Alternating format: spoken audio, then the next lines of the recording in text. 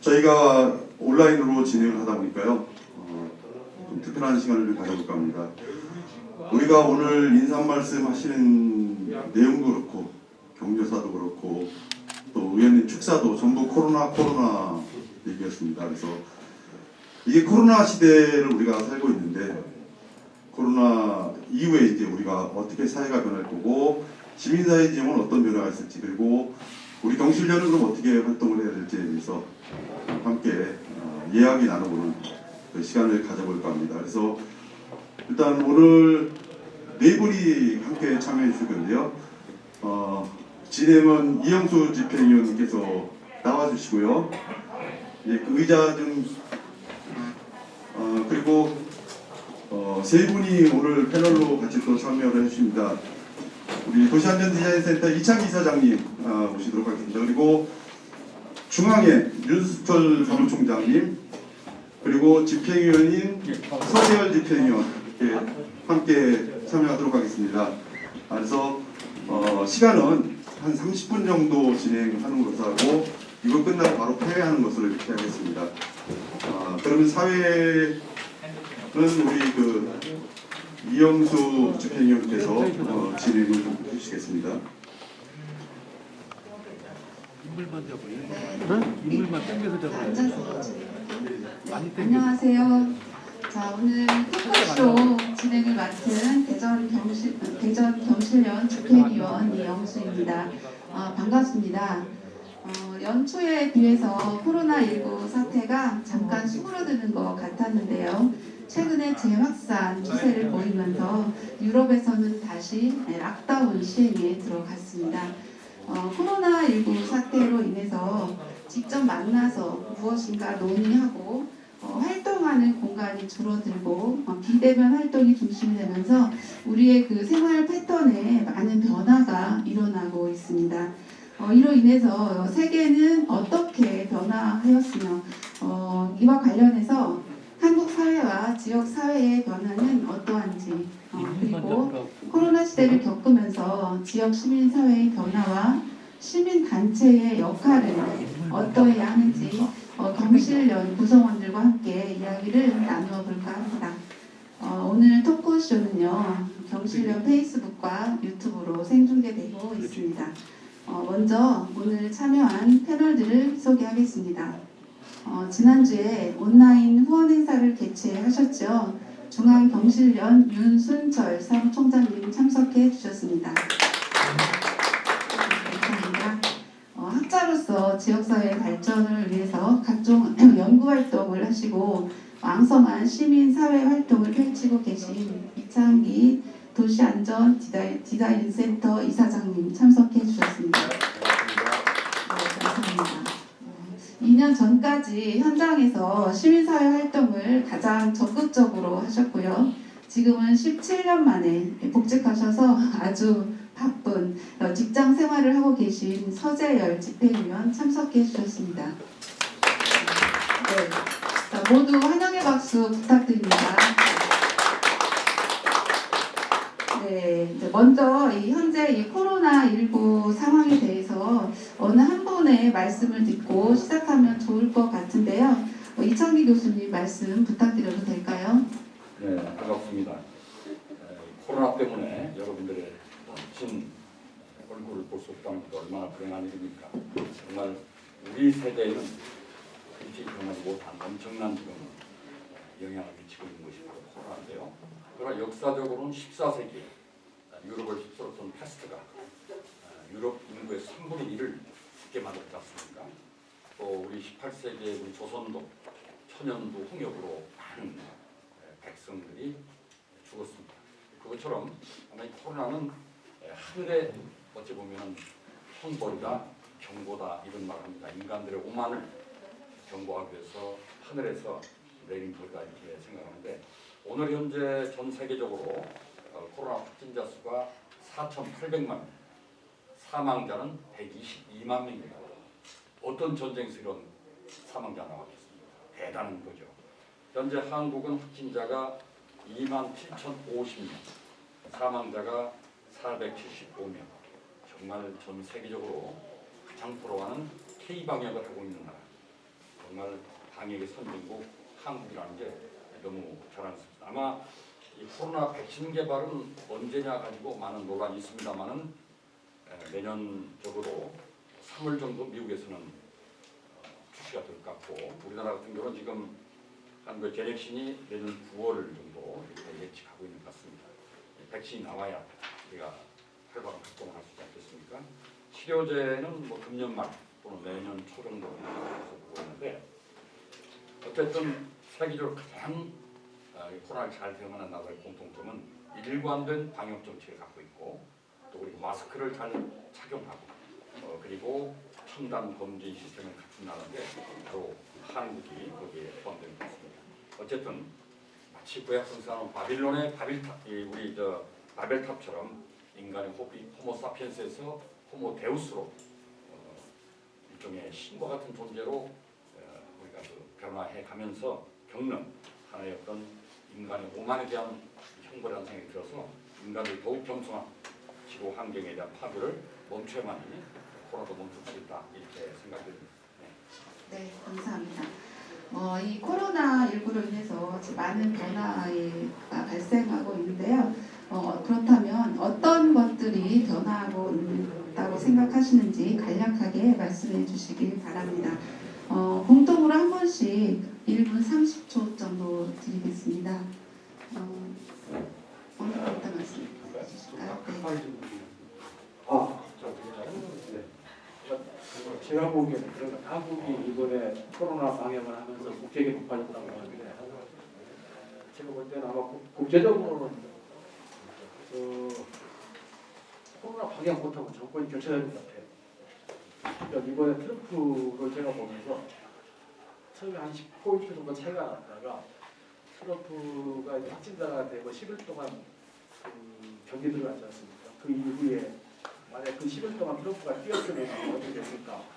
그렇게 보면 상당히 좀 뒷심이 꽤 나왔는데 그런 부분들에 있어서도 상당히 코로나가 영향을 많이 미쳤겠다 이런 그리고 만약에 이제 그리고 또 트럼프 지침을 보니까 이제 제가 미국에 있을 때 트럼프가 처음 나온다고 해서 봤는데 대체로 보면은 백인들 그다음에 저소득층 백인 저소득층 그다음에 농업 쪽 이런 분들 이 사람들 같은 경우는 그다음에 고령자도 되게 많았어요. 이번에 선거 쭉 보니까는 백인 고령자층에서 많이 이탈을 많이 했더라고요. 제가. 왜냐면 이게 이제 연령에서 많으신 분, 높으신 분들이 사망자가 많았어요. 미국에서. 이런 부분들이 상당히 많이 미치지 않습니까? 이번 미국 선거에서 그렇게 좀 봤고요. 아시다시피 지난 5년 4월달 총선이 있었는데 우리 총선도 비슷하지 않았겠어요. 그 전에 매우 이제 어려운 선거가 될 수도 있다 계획세를 했는데 사실은 코로나 이거 방역 잘 되면서 사실은 이렇게 압승하려고 예상을 못했는데 이런 부분이 되게 되는 것 같습니다. 하여튼 또 국내적으로 보면 아쉬운 건 그런 부분이 있을 것 같은데 긴급 코로나 방역 관련해서 추경도 하고 하지만 아마 경제적으로 볼 때는 국가 경제적으로 볼 때는 아마 재정 건전성에 대한 문제가 제일 제기가 되고 있습니다. 아마 이런 문제들 전체적으로 크게 들어가지 않겠나 싶고 그다음에 올해 선거가 꽤 많다고 그래요. 올해 내년 이렇게 세계적으로 그러면 아마 코로나 방역 잘하는 대통령은 한 번 더 할 것이고 그러지 못하는 정부는 한번 교체하지 않겠나 이런 의미 대체적으로 아까 이제 조금 전에 사망자 말씀하셨는데 그런 시민들의 삶에 많은 이제 영향을 많이 미치는 것 같습니다. 제가 이어서할까요? 네, 한이상. 코로나 때문에 뜨는 단어가 HOME죠. 헬스케어. 아무래도 건강에 많은 분들이 관심을 갖게 됐고 두 번째는 온라인인데 아무래도 5G라든지 또는 AI라든지 이런 것들에 대한 기술을 많이 활용하게 되고 또 하나는 맨니스, 무인 시스템이 이제 아마 일상화되어 갈 것 같습니다. 특별히 보더라도 사람을 만나지 않는 그런 맨니스 마지막에 이카노미 앳 홈이라고 해서 가정 경제 집에서 이제 뭐 우리가 플랫폼 사업을 한다든지 경제 활동하는 것들이 크게 뜨고 있는데 방금 우리 사회자가 얘기한 지구촌 차원에서는 아마 국가 간의 이동이 상당히 제한될 것이다. 줄어들 것이다. 그리고 기후 위기를 그동안 미국이나 선진국들이 했지만은 공동 대응하는데 나올 것 같다 하는 생각이 듭니다.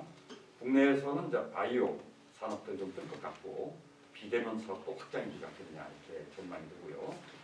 국제 관계는 역시 이제 자국 위주의 경제 활동으로 크게 흐름이 갈 것 같고, 그러면서 보호주의 무역이 강화되지 않겠느냐. 방역 활동의 선진국과 후진국 차이가 드러나면서 후진국들은 여전히 피해를 많이 보고 있고, 그래가 예상이 드는 거죠. 경제는 마이너스 성장을 우리가 겪을 수밖에 없는 것이고, 일자리 부족, 우리가 AI라든지 이런 것들 때문에 일자리 부족도 있지만 코로나 때문에도 일자리 부족 또는 저숙련, 저임금 노동들이 많이 생길 거라는 그런 좀 불안한 전망을 해봅니다. 예, 저는 우리 주변에서 한번 찾아봤으면 좋겠습니다. 사실 전 직장을 다니다 보니 우리 직장 같은 경우가 예전에 회의 문화가 굉장히 많이 바뀐 것 같아요. 예전에는 이제 이 전체 집단적으로 모여서 회의하고 했었죠. 근데 그런 게 굉장히 줄었습니다. 굉장히 줄고 거의 온라인이라든가 전화, 이제 SNS를 통해서 회의하는 구조 이렇게 바뀐 것이죠. 그리고 또 하나는 사실 우리 대중교통의 변화가 많이 있는 것 같습니다. 요즘 사실 버스나 이런 걸 타게 되면 마스크 없이는 못하죠. 또 눈치 보게 됩니다. 눈치 보게 되죠. 그런 으로 인해서 일단 대중교통을 좀 이전에 비해서 많이 줄어드는, 그래서 이제 아마 이 자가용을 많이 이동하는, 이것은 또 다른 이제 우리 기후 오염의 또 다른 원인이 될 수 있다고 보입니다. 그러니까 이런 문화가 또한 많이 바뀐 것 같다. 그리고 또 하나는 저희 딸이 요즘 보면 이제 하루에 한 번씩 택배가 옵니다. 하루에 한 번씩. 그러니까 사실 예전에 직접 가서 구입을 했죠. 직접 가서 구입하곤 했는데 요즘 같은 경우는 뭐 택배를 통해서 온라인 구매 이런 게 굉장히 많이 늘게 됐습니다.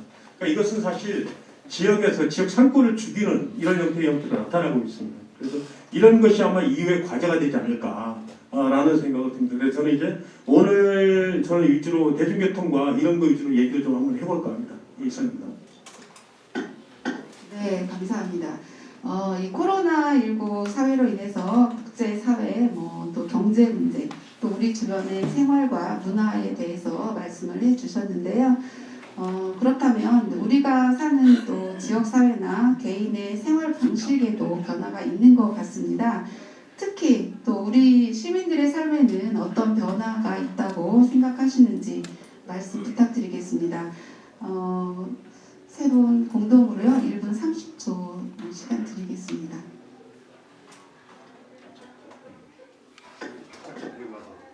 저는 이제 이렇게 봅니다. 이제 사람들의 변화가 좀 택배 말씀하셨는데 그 부분 충분히 있는 것 같아요. 이제 식당이나 자영업 하시는 분들 어떻게 있냐면은 직접 가서 이제 먹는 건 없어졌고요.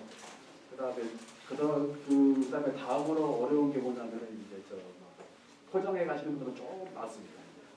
포장이 가능한 업종이 있는 그다음에 아예 주문하시는 데는 더 소황이 나고요. 업종별로 다 차별이 좀 있는 것 같아요. 그래서 그렇게 하는데 주문 문화가 되게 이제 많이 되는 것. 또 하나는 이제 제가 보고 느끼는 것은 이제 질병에 대한 공포 같아요.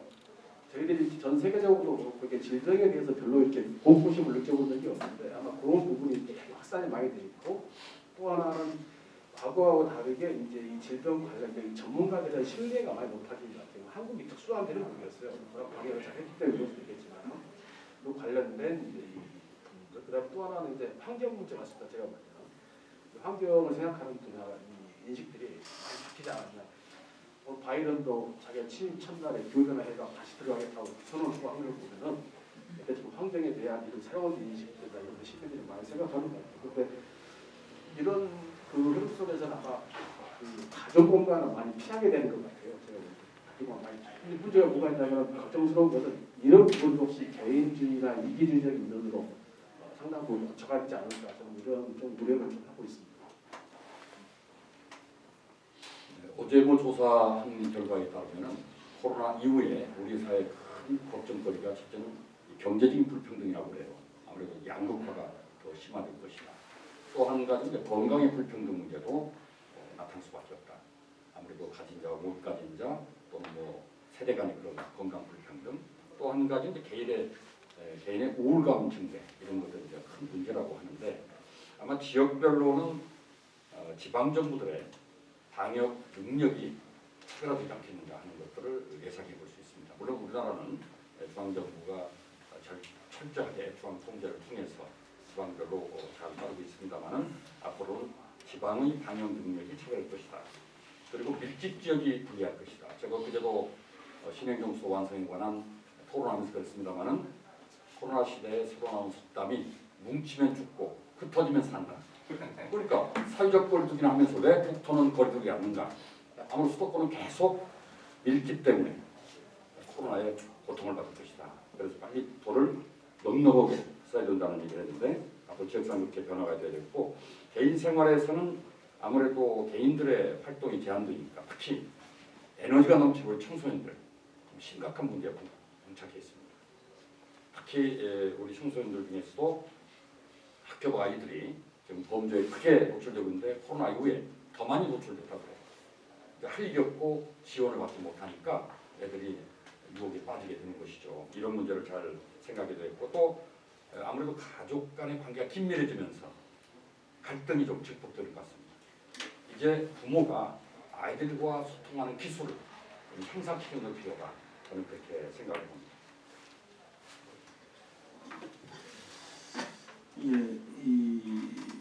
저는 아까 대중교통의 문제로 접근한다고 했기 때문에 대중교통의 내용을 중심으로 좀 많이 해보겠습니다.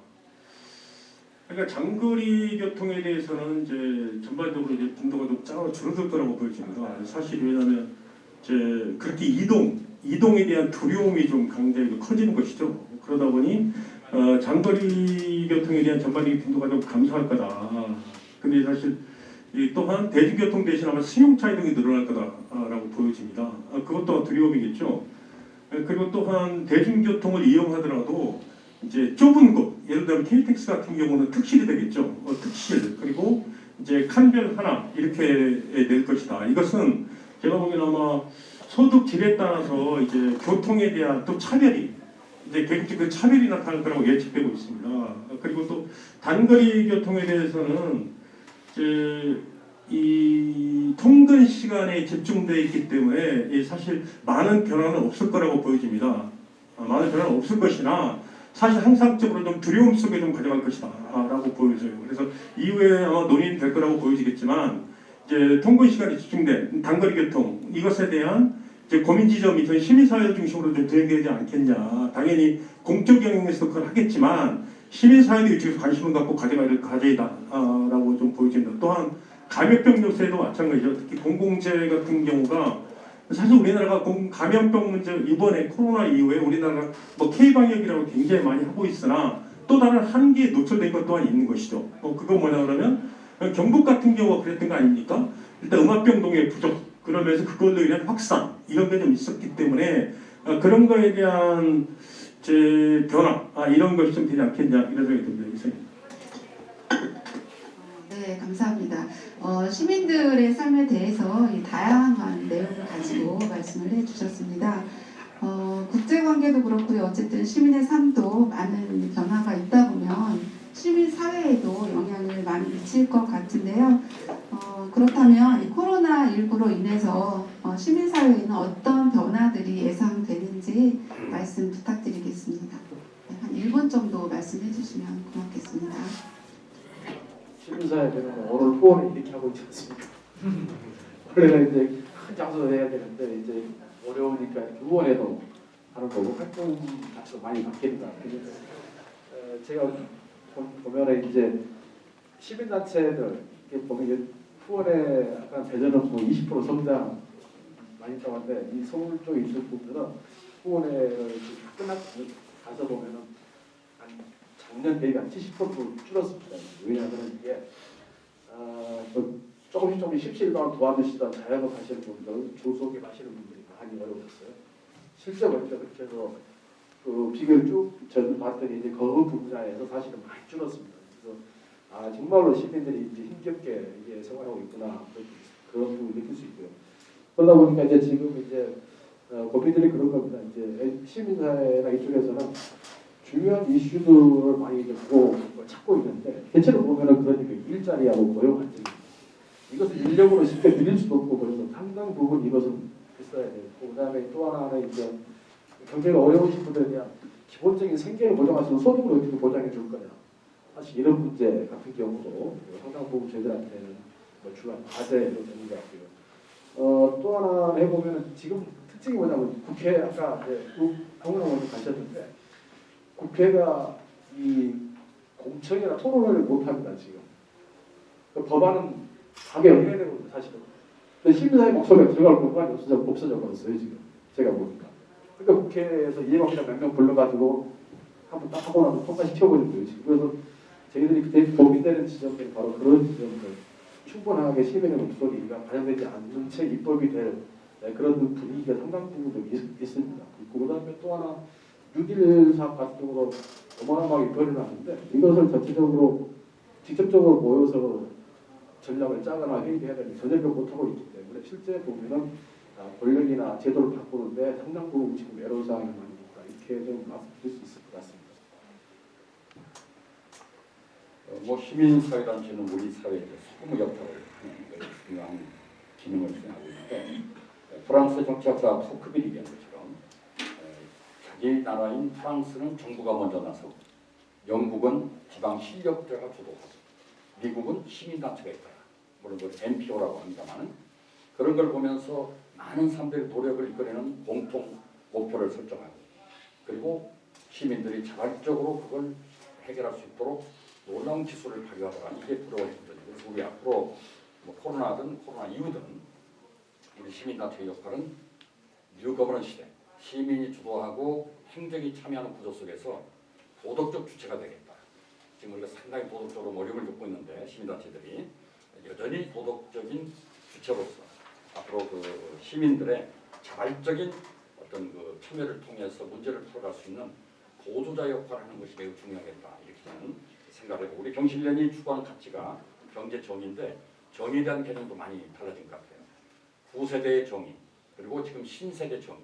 우리 9세대는 결과에 주로 초점을 맞췄다면 지금 신세대는 절차에 초점을 맞추는 공정을 새로 우리가 한번 개념 정의하고 인식하는 게 중요하겠다 이렇게 생각해 봅니다. 예, 저는 사실 이 질의에 대해서 많은 고민은 해보지 못했습니다. 많은 고민을 해보지 않았으나 사실 좀 더 시민사회에서는 이후에 아마 공적 영역에 대한 확대. 왜냐하면 사실 코로나 자체가 이제 감염병에 대한 문제 아니겠습니까? 그리고 이 감염병으로 인한 사회적 변화, 이게 많은 변화가 있었죠. 그래서 공적 영역이 좀 확대되는 뭐 이런 형태의 이제 변화가 좀 더 있지 않겠냐. 특히 아까 얘기한 이제 지금 대전 지역에서 진행하고 있는 그 병원이죠. 의료병원이라든가 의료의 공공성 확대 문제 또는 이제 대중교통에 대한 저탄소 이런 거에 대한 확대 분해 그리고 또 환경 문제 뭐 이런 것이 이제 주로 시민사회에 주된 사업이 되지 않겠냐. 그래서 이렇게 변화되지 않겠냐. 간단하게 이렇게 말씀드리겠습니다. 네, 감사합니다. 다음 이제 질문 들어가겠습니다. 시민사회의 변화는 시민사회 단체들의 활동 방향이나 활동 양식의 변화를 가져올 거라고 예상이 됩니다. 언택트 사회라고는 하지만요. 그 이면에는 그 예전보다도 훨씬 더 많은 사회적 공감대 형성이 필요하다고 생각이 됩니다. 그렇다면 이 포스트 코로나19 시대에 이 시민단체로서의 이 경실련 활동은 어떻게 전개해야 될지 의견 부탁드리겠습니다. 1분 30초 정도 해주시면 고맙겠습니다. 조금 전에 앞에서 말씀드렸지만 저는 이제 정부 역할이 매우 커지면서 사실은 공공성이죠. 공공성에 대한 요구가 매우 높아질 것 같다. 그게 이제 아까 이제 나왔듯이 의료 문제나 이런 분야 같은 문제죠. 또 하나는 저는 그렇게 봅니다. 4차 산업혁명이 올 거다, 힘쓸 거다 했는데 사실은 스마트 도시라든지 이제 뭐 스마트 SNS 활용하는 거라든지 모든 기술이 다 들어왔어요. 이제 코로나가 상당히 앞당겨 것 같아요. 제가 볼 때 저희들이 모르게 모르는 소리 다 들어왔어요. 지금 보니까. 그런데 여기서 경실련 같은 경우는 이제 중앙 같은 경우는 그런 의제를 좀 봐야 될 것 같아요. 뭐냐면은 이 스마트 시대가 되고 나면 사실은 이제 개인 정보가 좀 매우 중요해질 것 같습니다. 지금 정부 쪽에서 어느 정도 해가지고 지금 개인 정보를 상업적으로 활용할 수 있도록 텄단 말이죠. 그 법을 바꿔버렸단 말이죠. 이미. 그러면 이제 모든 정보들이 다 이제 이 거래되는 과정이 될 것 같습니다. 제가 그렇게 돼 있고 우리가 간단하면 식당 가서 이 QR 코드 찍으면 다 이렇게 정보가 내려오는 게 개인 정보. 나도 이게 다 유통이 돼 있다는 거예요.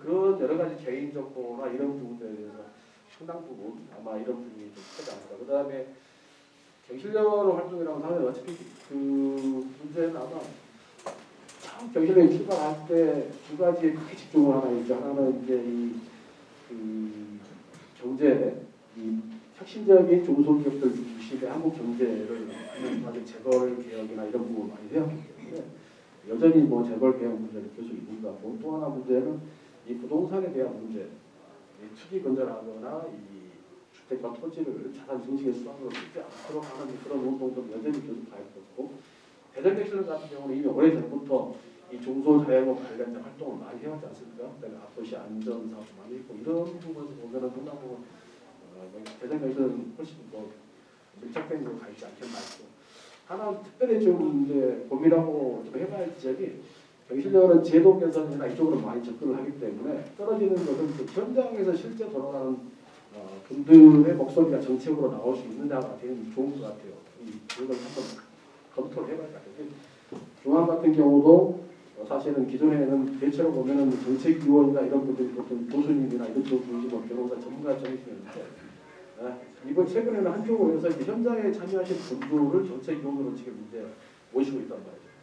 이게 지금 현장을 모르고 나서는 앞으로는 이제 쉽지 않을 거다. 실제 이제 저희들이 아까 말씀드렸지만 일자리나 이렇게 소득의 문제 이런 부분 실제 현장을 모르면 정책을 할 수 없는 이런 부분이 많아졌습니다. 그래서 그 부분들을 좀 더 현장과 밀접한 방식으로 운동을 좀 바꿔야 않을까 이렇게 보고 있습니다. 네, 감사합니다. 지금 시간이 조금 지난 것 같아서요. 그 경실련 활동이 어떻게 진행돼야 될지 그거랑 같이 경실련을 비롯한 시민사회의 임원들, 시민단체 임원들 활동과 그리고 회원에게 필요한 역할에 대해서도 같이 말씀해 주시면 고맙겠습니다. 우리가 시민사회단체라는 용어를 지금 일반적으로 쓰고 있는데 최근 일이죠. 시민단체는 아주 진보적인 NGO를 의미하고 우리가 사회단체는 약간 그 보수적인 관변 단체들을 의미했는데 이렇게 묶어서 쓰고 있습니다. 저는 NPO라고 볼 수 있는 건데 사회단체는 지금 현재 아무래도 우리가 NGO는 정부를 감시하고 견제하는 역할에 초점을 맞춰야 된다고 생각합니다. 그런데 노무현 정부 이후에 소위 그 NGO들이 정부와 밀월 관계를 유지하다가 문재인 정부 와서는 밀착되어 있다는 것이 큰 지금 문제고 도덕성을 상실해서 시민들 고민을 받고 있다는 거죠. 다행히 경실련은 중립성을 견제하고 있어서 그나마 아직 신뢰성을 크게 잃지는 않고 있지만은 또 너무 활동이 드러나지 않는다는 게 문제라고 생각이 돼요. 우리 대전 경실련도 이번에 도안 같은 경우 아주 그 비리 문제를 잘 드러내서 시민들이 큰 이익을 주었음에도 이것들이 잘 홍보가 되지 못하고 또 시민들의 피해와 닿지 못했기 때문에 앞으로 우리 경실련 확장성을 위해서도 이런 질 높은 활동도 중요하지만 생활 밀착형 이슈를 우리가 선점해서 시민과 함께하는 그런 경실련 활동이 됐으면 좋겠다 이렇게 부탁을 드리겠습니다. 예, 저도 좀 더 시민과 밀착되는 경실련의 사업이 됐으면 좋겠다. 특히 이제 이 대전 같은 경우가 몇 년 후면 광역철도가 개통되는 거 아니겠습니까? 그리고 또 트램이 예정되어 있습니다. 그래서 지금 좀 더 이제 방역 문제를 좀 더 미리 예견하고 미리 준비해 들어가는 이런 형태의 트림을 맞이하고 광역철도 맞는 여기에 또 적극적으로 좀 사업을 좀 전개해 나가는 이런 형태의 사업이 좀 했으면 좋겠고요. 또 하나는 이제 이 책임 있는 이 의료기관 지정에 적극적으로 활동했으면 좋겠다. 사실 대전에 충남대학교가 공립대병원이 있지 않습니까? 그런데 사실 공공 부분에 대한 경평 이후에 거의 상업화되고 있는 게 현실인 것이죠. 그렇다면 좀 더 시민들 중심인, 시민들 우선인 의료기관이 있더라지 않겠냐. 그래서 대전 경실련에서 진행하고 있는 그것도 대전의료원 사업인 것이죠. 이런 거에 저는 적극적으로 해서 시민들의 공공의료 그리고 이제 감염병에 적극적으로 준비할 수 있는 이런 것을 준비하는 그런 과정이 좀 필요하지 않겠냐. 또 그렇게 준비되어야 된다고 생각을 하고 있습니다. 네, 감사합니다. 우리 경실련 회원들 역할이 굉장히 중요하다는 생각이 드네요. 끝으로 이 창립 31주년을 맞이하는 대전 경실련에 한 말씀씩 부탁드리겠습니다. 경실련이 아마 우리 30년 넘게 활동하면서 우리 사회에 두 가지에 전 기여했다고 저는 생각합니다. 하나는 경쟁에다가 정의를 붙였습니다. 그 당시에는 경제적인 말이 없었거든요. 사실. 경실련이 경제에다가 정의를 붙이면서 우리 사회가 경제가 정의롭게 가야 된다 이런 것을 크게 낸 것 같아요. 그래서 그 이후에 경실련 이후에 경제적이라는 말은 하나의 우리 경제가 돌아갈 때 이 시장도 마찬가지예요. 시장에도 정의라는 게 부여되기 시작한 거죠.